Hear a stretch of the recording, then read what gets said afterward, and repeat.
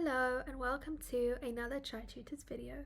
In today's video we're going to start talking about the novel Life of Pi, and we're going to focus on part 1.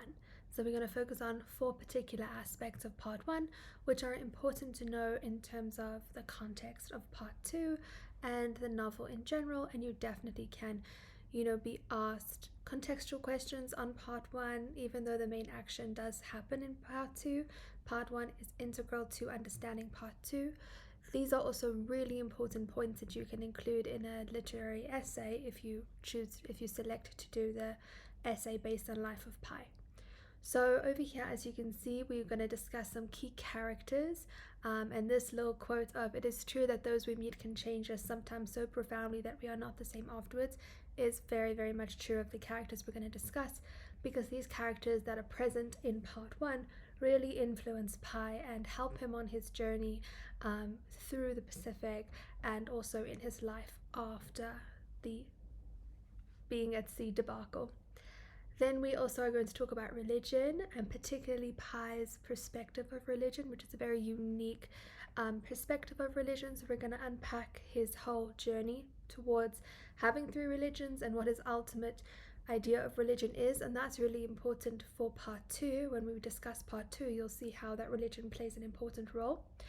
We're also going to discuss what the zoo means to Pi and how it's important. And then lastly, but very importantly, we're going to talk about animal-related skills and lessons, because part 1 is about Pi's life in India, and that life that he has as the zookeeper's son is very important because he learns a lot of lessons which help him survive at sea. So understanding these lessons is important. So the way that I've done this is through using quotes. The reason why I think quotes are such a nice way to analyze a piece of literature is obviously because it's directly from the text. So I've compiled the notes that reference these different characters and themes. And also what's really nice is I hope that you can take note of some of the important quotes, because if you do choose to write the literature essay on Life of Pi, it is always really appreciated and really it elevates your answer if you include 1 or 2 quotes in each body paragraph. I would definitely advise that you watch my video on how to integrate quotes if you're planning on using quotes. I would definitely advise that you do. So as we go through this, definitely take note of some of the important quotes and make some notes as well, because Life of Pi is a really dense book. There's a lot going on, there's a lot of themes, there's a lot of things to think about, and it's not easy concepts. They're really philosophical. So definitely take some notes as you go through, because as I say, this is just part 1. Alright, so we'll start with Pi himself, and obviously we're just talking about Pi in terms of Pi in part 1 and how he grows up. So he was named after a famous swimming pool. He's a keen swimmer. He was bullied at school, especially due to his name. He is a vegetarian. He's very religious. He's definitely a thinker. He is eager to explore different ideas and go beyond others' definitions of normal. He seems more mature in some of his thoughts and actions than a typical teenager. So that's just some analysis, and now we can get into some quotes that really prove this. The sound would disappear, but the hurt would linger, but I always heard the slur. I would suffer from following in the footsteps of a popular older sibling. So this talks about his struggles at school and how he's bullied and how he doesn't really fit in and find his place. But through his nickname, in that elusive irrational number with which scientists try to understand the universe, I found refuge. So through the number pi, or the word that we use to describe this number, he finds refuge. He finds sort of a new identity, a way to allow himself to be okay in this environment which he doesn't really enjoy. I didn't know much about politics. That is important because the reason why they decide to immigrate, or why Pi's father decides to immigrate, is because of politics. And his whole family, actually, him, his mother, and his brother, are all pretty averse to immigrating. They don't understand why, or they don't want to. And he admits, I don't know much about politics. I don't understand why we have to leave. He feels like he has a really good life at the Pondicherry Zoo. Religion will save us. I was more afraid than in a few words thrown out, he might destroy something that I loved. So this is when he's talking to Mr. Kumar, his biology teacher, And Mr. Kumar is an atheist, he is a communist, and so he doesn't believe in religion. And Pi is very adamant that religion will save us, and he gets very, very concerned by the idea that if Mr. Kumar says that he doesn't believe in religion, that it's gonna like destroy it for him, and he can't bear that. So he really has this strong connection to religion and faith. And he says, what a terrible disease that must be if it could kill God in a man. So he really doesn't understand how you can live your life without any sort of God, without any sort of faith. Like me, they go as far as the legs of reason will carry them, and then they leap. And I love this quote. I think it's so interesting because here we're introduced to what Pi perceives of religion. While many people see religion as, different demarcations between people and different distinctions, the way that Pi sees it is he sees it as this unifying force, that we all believe in something. And he even goes as far in this quote to say that atheists, we're all on the same sort of level, and that those who are religious and those who are atheists, they actually are more similar than they think. Because he says, as a religious person like me, they, talking about atheists, people who don't believe in God, go as far as the legs of reason will carry them, and then they leap. So they go as far as they can, understand the world in a reasonable, rational headspace, and then they take the leap, and they have to actually have some sort of faith or some sort of, you can't go reason up to a certain, you go with a reasonable sort of headspace up to a certain point, and then you have to actually have faith. And that's really important for what we're going to discuss in part 2, so definitely keep that quote in mind. To choose doubt as a philosophy of life is akin to choosing immobility as a means of transportation. This novel is so dense with some really hectic quotes that really make you think about life. And here Pi says that, and this shows us that he is really wise beyond his years. He says to choose doubt in life, to doubt things, is almost like choosing immobility, which means like not moving as a mode of transport, meaning it's no way to live. You can't possibly achieve anything if you're going to doubt something. The monkeys never asked for the news from Delhi, so this shows he finds comfort in being with the animals. He doesn't have to talk about the real world or what's happening. And as he says, there was no emergency in my world. He doesn't understand, and he doesn't want to understand the political context in which he's living, and all the pressures that are going to lead his father to decide to move the family to Canada. Next we have his father, Pi's father, Mr. Patel. He runs the Pondicherry Zoo. He used to run a hotel in Madras, and there's a nice little paragraph where Pi talks about or narrates how it's very similar, running a hotel to running a zoo, which I think is quite humorous because we wouldn't necessarily think these are two similar things. He prides himself on being a secular man, and so this is very interesting because both Pi's father and mother are not religious, and Pi's adoption of religion really confuses him because he prides himself on being secular, on being modern and contemporary. Decides to move the family to Canada as India's political situation worsens. He teaches Pi and Ravi is Pi's brother, important lessons about the true nature of animals, and he cares about and for the animals. So let's have a look at some quotes that back up these statements. The disciplining of children, like the tending to animals, was generally left to father. So this speaks about that sort of distinguishing of the different roles of his parents. So father cares for the animals, he works, and he also disciplines the children. Father saw himself as a part of the new India, rich, modern, and as secular as ice cream. So to him, religion is sort of seen as a regression. He's never been religious, and he doesn't understand Pi's fascination with religion. Spiritual worry was alien to him. He's never experienced spiritual worry or sort of concern in faith. It was financial worry that rocked his being. So as the provider for the family, he is worrying about finances, not necessarily about spirituality. There are separate religions. They have nothing in common. So that's what he thinks about religion. He doesn't understand why Pi wants how he can have all these different religions, because in his mind they're separate. They don't have anything in common. India is on the cusp of becoming a truly modern and advanced nation. If you don't let technology help you, if you resist good ideas, you condemn yourself to dinosaurhood. So we can see that father is definitely someone who values progress and, modernity. The answer is the same the world over. People move in the hope of a better life. That's basically why anyone would immigrate, in the hope of a better life. A zoo is a cultural institution. So this comes in when Pi talks about moving a zoo and how it's incredibly difficult. And he also talks about running a zoo being difficult because it's not like a business. It's a cultural institution. You're not going to make a ton of money from a zoo, but it's an important thing to have in a society. It provides happiness, provides joy. The greater good and the greater profit are not compatible aims. So he talks about how the greater good, and he sees the zoo as a greater good. It's not compatible, it's not aligned with greater profit. Like, you're not going to make a lot of money from running a zoo. Long term, bad politics is bad for business. Another reason why you would be inclined to immigrate. People move because of the wear and tear of anxiety, because of the gnawing feeling that no matter how hard they work, their efforts will yield nothing, that what they build in 1 year will be torn down in 1 day by others. So that's important because that's another reason why you'd immigrate, is the fear of what you've been building your entire life could be destroyed. And during this time, India was at a time of crisis and there was a lot of disorder, and so there was that definite danger or threat of everything their fathers worked towards declining, and that's why he decides to move the family.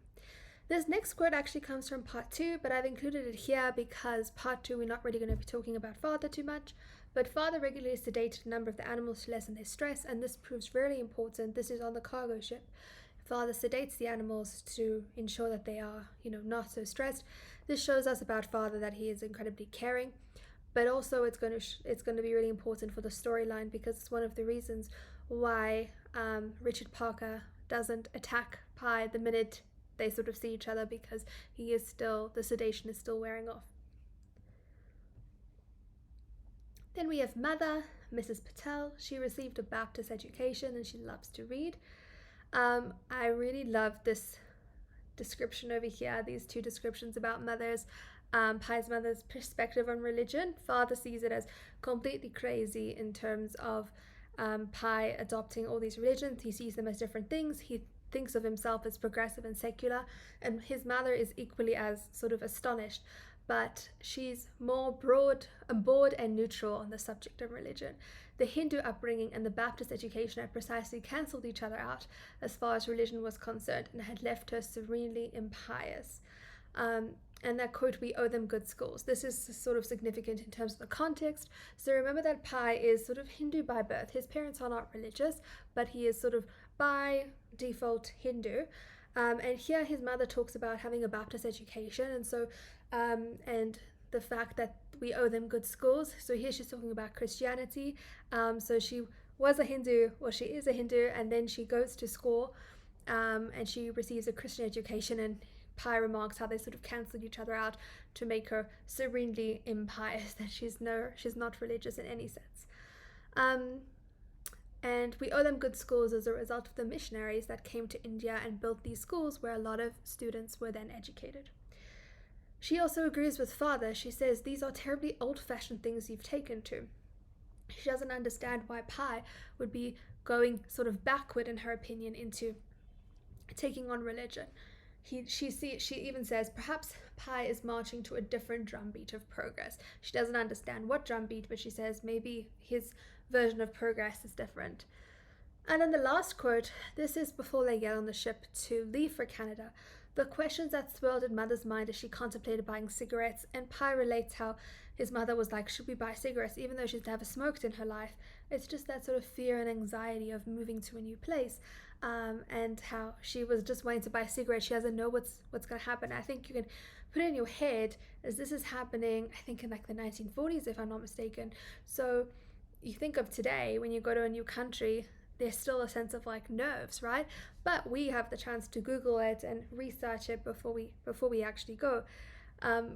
In this case, in the story, they don't have that ability, and they're going to Canada forever. It's a long place, it's a very far away place. They don't know what to expect, and so the show is sort of mother's anxiety. Okay, Pi's brother, Ravi. He's a star cricketer and popular kid at school, and he mocks Pi for his religious beliefs.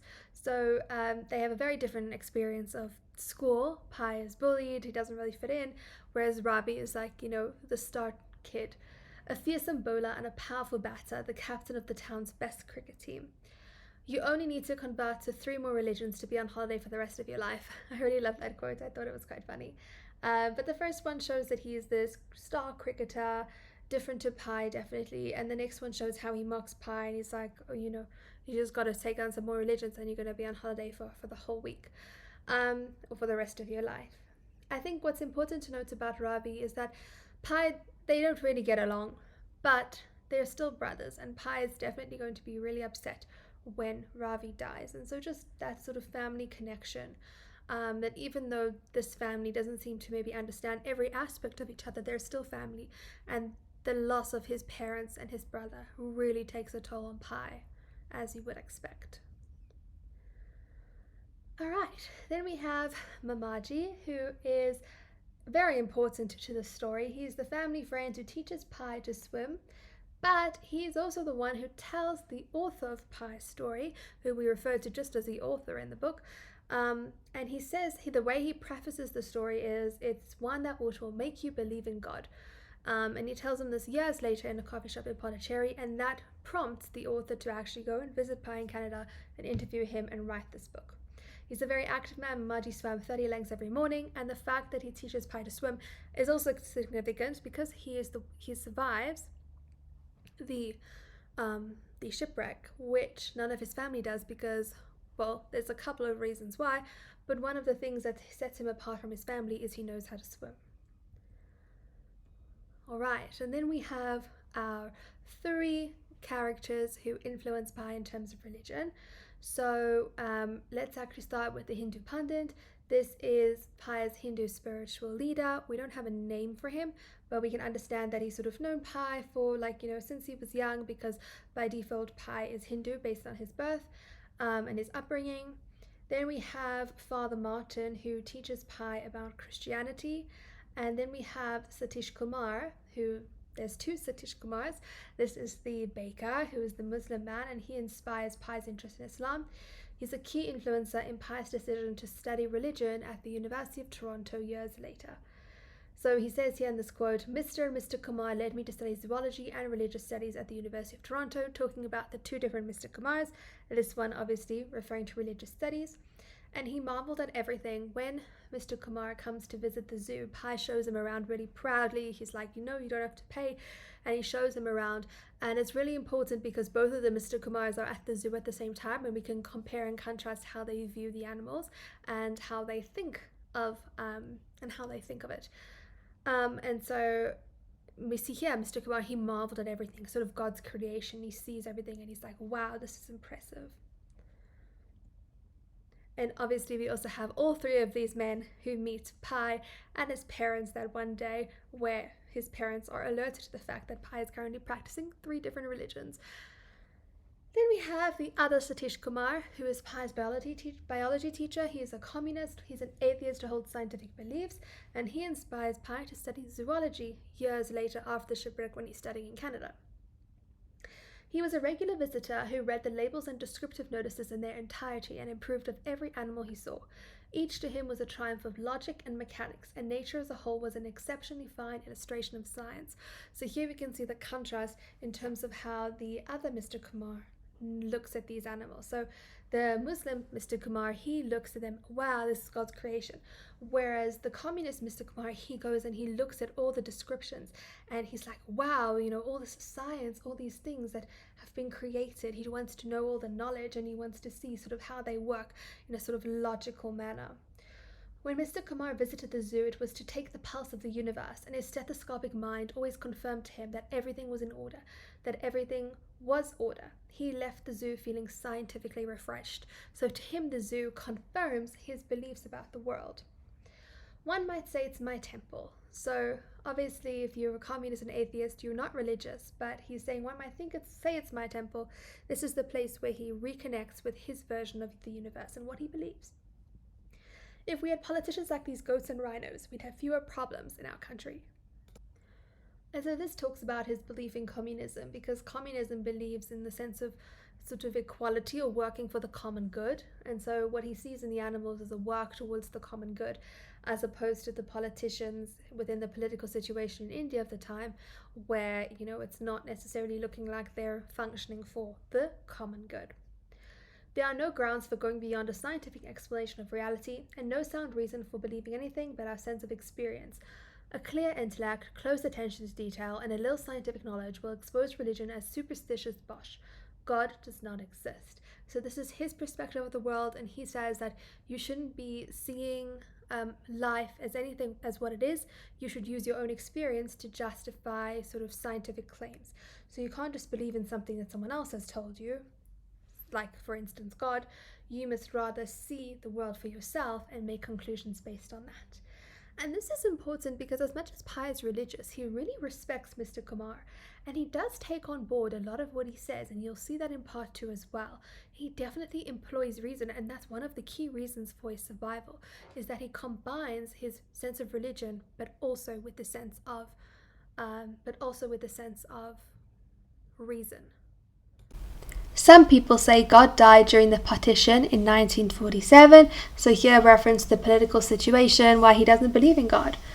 It wasn't God who saved me, it was medicine. So here is someone who believes in reason, in rationality and science over religion. As he says, reason is my prophet, and it tells me as a watch stops, so we die. So that's his perspective of life. You live your life, you die. Unlike, religion, where it's almost like there's an afterlife and there's all other things going on. Mr. Kumar led me to study zoology and religious studies at the University of Toronto, as we mentioned earlier, and then he does remark on one of the animals that he sees. It's the Rolls Royce of equids, and I just thought that was such an interesting line because it's such an oxymoron, because a Rolls Royce is, the fanciest car you can get, and equids means equality, and this just shows us how he believes that equality is like the most important thing, that really communist sort of headspace of working together for the greater good, and we can see that in that line, the Rolls Royce of equids. Alright, so moving on to religion. So we're going to start with Hinduism. We're going to go in the order of these religions that Pi adopts. So this is the religion Pi was born into, although his parents don't practice it. It shows Pi an important perspective regarding his suffering, which allows him to reframe his suffering as a castaway. So this is a really important religious aspect that he practices when he is in the Pacific, when he is on the lifeboat or the raft. It allows him to put his suffering into perspective. It's a really key thing to allow him to keep going. So remember this for part 2. I became loyal to these sense impressions even before I knew what they meant or what they were for. It is my heart that commands me so. I feel at home in a Hindu temple. I'm aware of presence, not personal the way we usually feel presence, but something larger. Truly, I am in a sacred cosmic womb, a place where everything is born, and it is my sweet luck to behold its living core. But religion is more than rite and ritual. There is what the rite and ritual stand for. The universe makes sense to me through Hindu eyes. That's a really nice, short, easy quote to include. It encompasses that key theme of how he feels at home in Hinduism, how he understands the world through Hindu eyes. The liberation accounts of each of us is credited and debited depending on our actions. I've been a Hindu all my life, with this notion that mind I see my place in the universe. She sees in Krishna's mouth the whole complete, entire, timeless universe. So in this way, he really connects with this Hindu idea of how the universe is perceived, and this allows him to, he really has a connection with it while he's even in India and when he's growing up, but especially in part 2 when he's a castaway in the Pacific, he is able to understand the universe and put his suffering in perspective through his relationship to his Hindu beliefs. We then have Christianity. This is the second religion Pi acquires. The missionaries have been in India for a long time. Initially, Pi struggles to connect with such a human figure of God. He sees Jesus as too human of a God, when he tries to compare it to sort of Hinduism's version of God. He's like, this is too much of a human. How can I praise this human? But what we're going to see about Pi through these quotes is that he has his adoption of all these religions is not sort of purposeful in the sense that he goes into a church and he tries to adopt a religion, but it's all based on his intuition and this connection that he feels, and it's very authentic. in that regard. And so Christianity, he initially doesn't understand it, but then he feels this connection to it, and instead of resisting that connection, he leans into that connection and sees what Christianity can teach him about the world and how it can help him and how he can improve that connection with it. I knew very little about the religion. It had the reputation for a few gods and great violence. I was filled with a sense of peace. What peculiar psychology. It's a god on too human a scale. I couldn't get him out of my head. Christianity is a religion in a rush. And so here we see all his differing thoughts as he adopts Christianity. He initially doesn't know much about it. He then, when he's has the experience in a church, he actually feels this connection. He feels a sense of peace. And so he really leans into it, trying to understand what the religion's about. And he says, I couldn't get him out of my head, meaning he couldn't get, the Christian's version of God out of his head. I do like this quote. I thought it was quite an interesting remark, that Christianity is a religion in a rush, meaning that everything seems to happen really quickly. If you think of like the days of creation from the Bible, it happens in a rush. It happens within a week. And thirdly, we have Islam, the third religion Pi acquires. His link to the religion is very closely regarded to his relationship with the baker, Mr. Kumar. Pi's mother in particular struggles to understand Pi's adoption of this particular religion, and you can think about Pi's upbringing and his context to understand that deeper. Quick, necessary, physical, muttered, striking. It is a beautiful religion of brotherhood and devotion. It felt good to bring my forehead to the ground. Immediately it felt like a deep religious contact. I describe Mr. Kumar's place as a hovel, yet no mosque, church, or temple ever felt so sacred to me. I sometimes came out of that bakery feeling heavy with glory. I would climb onto my bicycle and pedal that glory through the air. I knelt a mortal, I rose an immortal. The presence of God is the finest of rewards. I prayed outside because I liked it. I faced Mecca with the help of a line I scratched into the pale yellow ground and carefully kept it up. So here we can see Islam is definitely a major religion, a religion that has a major effect on Pi, and particularly notice the emphasis on prayer. I mean, obviously Islam does focus a lot on prayer, and especially Pi's acquisition of it, and this is going to be quite important in terms of Pi's routine when he's on the Pacific, because his praying routine is important. It sort of keeps his mind and keeps his sanity and his routine going, which is really important for his mental capacity at sea. And so lastly, I wanted to just chat about Pi's version or perspective of religions, because obviously it's quite different to understand the religions in isolation, because we have to understand the religions in conjunction with one another to understand Pi's headspace. So to him, religion is interconnected, provides him with peace, stability, and meaning. It shows Pi's desire to continue learning and his unique ability to see the world through a different lens. He experiences an innate connection to each religion. Hindus, in their capacity for love, are indeed hairless Christians, just as Muslims in the way they see God in everything are bearded Hindus, and Christians in their devotion to God are hat-wearing Muslims. So here we can see that he really believes, he's not like his parents who believe that each of these religions is distinct and there's nothing in common. To him, they all have something unique, very much in common. To offer thanks to Lord Krishna for having put Jesus of Nazareth, whose humanity I found so compelling, in my way. So this is just a really sort of interesting statement, which you don't hear often, because Pi's perspective on religion, his adoption of all these religions, is definitely unique. So he basically thanks Lord Krishna for alerting him to Jesus and for showing him the pathway of Christianity. So he thanks his Hindu God for showing him the Christian God. I can well imagine an atheist's last words. Alas, a sense of community. So that's sort of referencing the sense of how he doesn't understand particularly how atheists could be, because to him they have no faith, they have no hope, and he doesn't understand how you could live your life without religion, in the sense that how can you live your life without faith or hope. Alas, the sense of community that are common with faith brings to a people spelled trouble for me.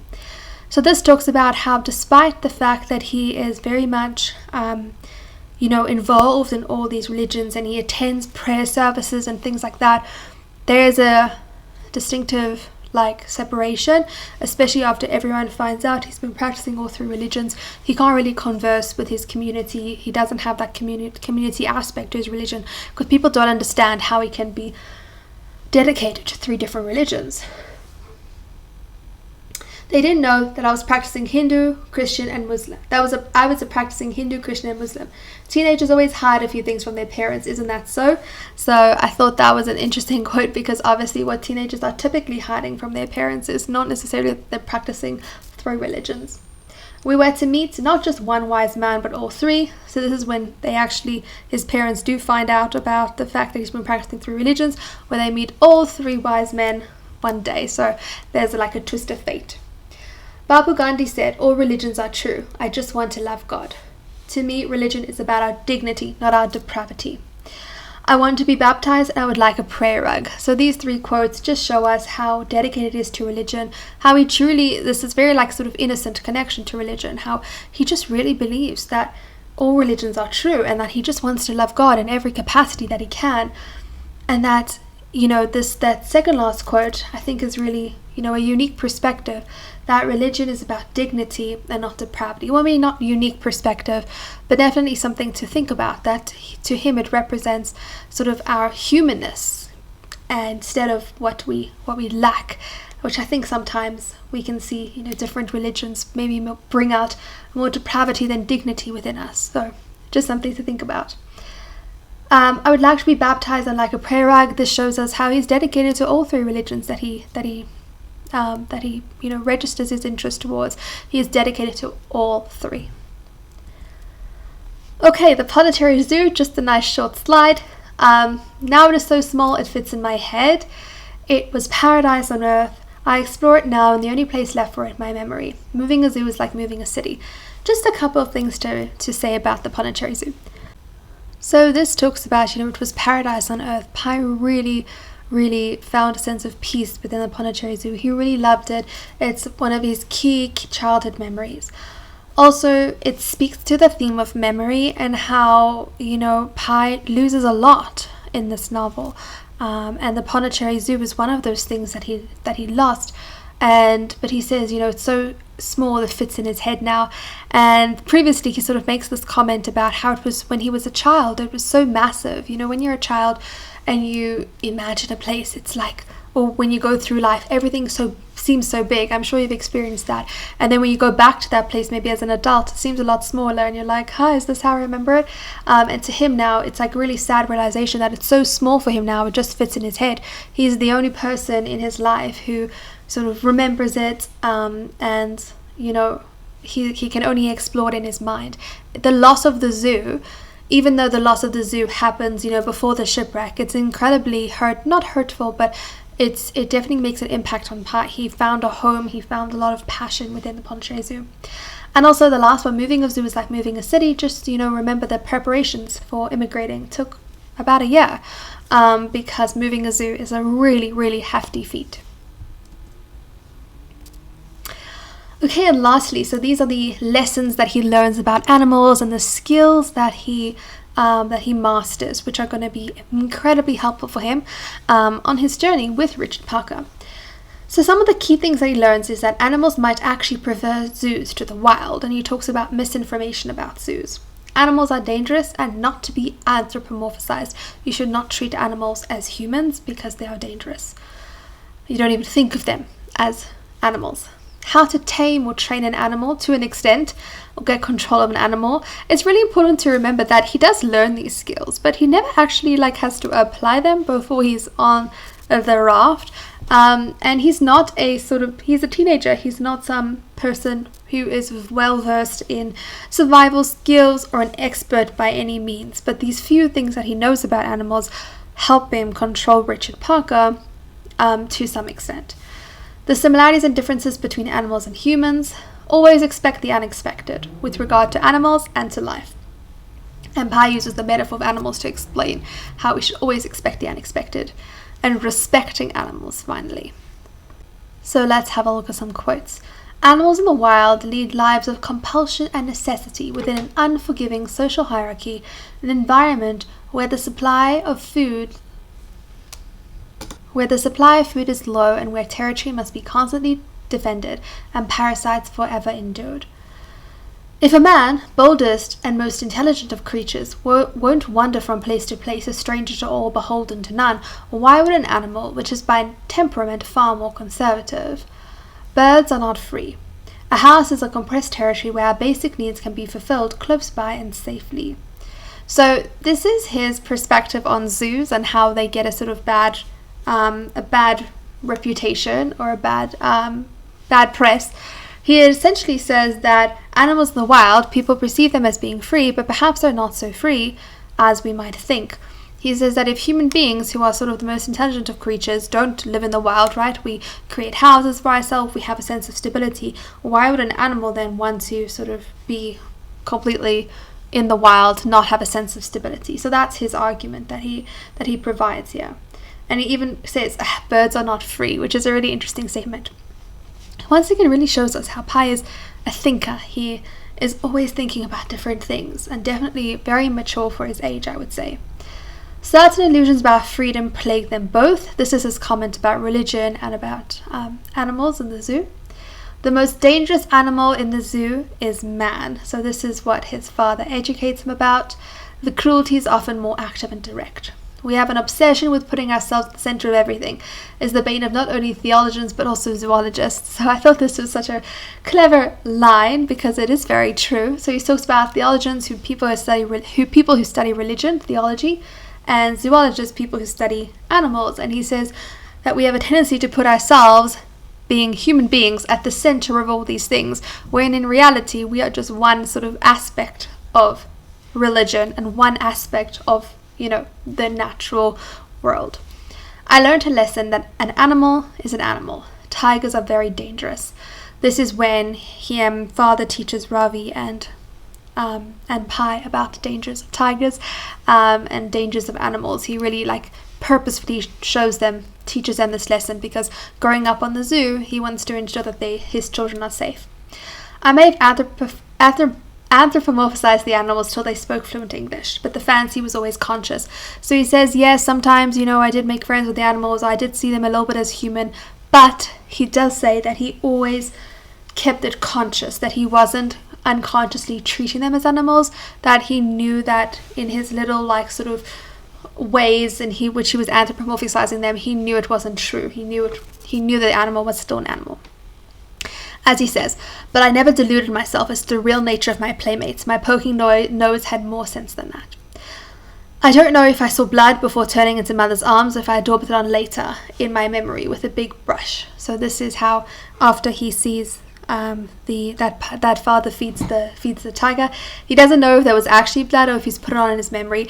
And this is important to the theme of memory as well, because something to think about with this book is it's all sort of recollection of memory, right? And how great is our memory? Do we add on things? Do we take away things? How good can our memories be? Life, or in terms of being compared to the reality of the moment, life will defend itself no matter how small it is. Every animal is ferocious and dangerous. Getting animals used to the presence of humans is at the heart of the art and science of zookeeping. The key aim is to diminish an animal's flight distance. This is really important for part 2. This is the idea of when you run a zoo, you have to ensure that the people are going to be able to get to a certain distance to the animal without the animal freaking out. And that's the same sort of strategy that Pi applies with Richard Parker in the lifeboat, life raft situation. He has to condition him to, when he's in a certain proximity, to not bother him and to not be affronted by his presence. All living things contain a measure of madness that moves them in strange ways, sometimes inexplicable ways. This madness can be saving. It is part and parcel of the ability to adapt. Without it, no species would survive. If you took the whole city of Tokyo and turned it upside down and shook it, you would be amazed with the animals that will fall out. And here he talks about the circus, and the circus is important because we're going to see Pi's version of the circus in the Pacific. He establishes that the ring is his territory. Only the trainer better make sure he always remains super alpha. Social rank is essential to how it lives its life. When two creatures meet, one that is able to intimidate its opponent is recognized as socially superior, so that a social decision does not always depend on a fight. An encounter in some circumstances may be enough. Socially inferior animals are the ones that make the most strenuous, resourceful efforts to get to know their keepers. Zoomorphism, when an animal takes a human being or another animal to be one of its kind. That measure of madness that moves life in strange but saving ways. That fiction guarantees their social well-being. So here he's talking about circus trainers and how you have to remain the super alpha.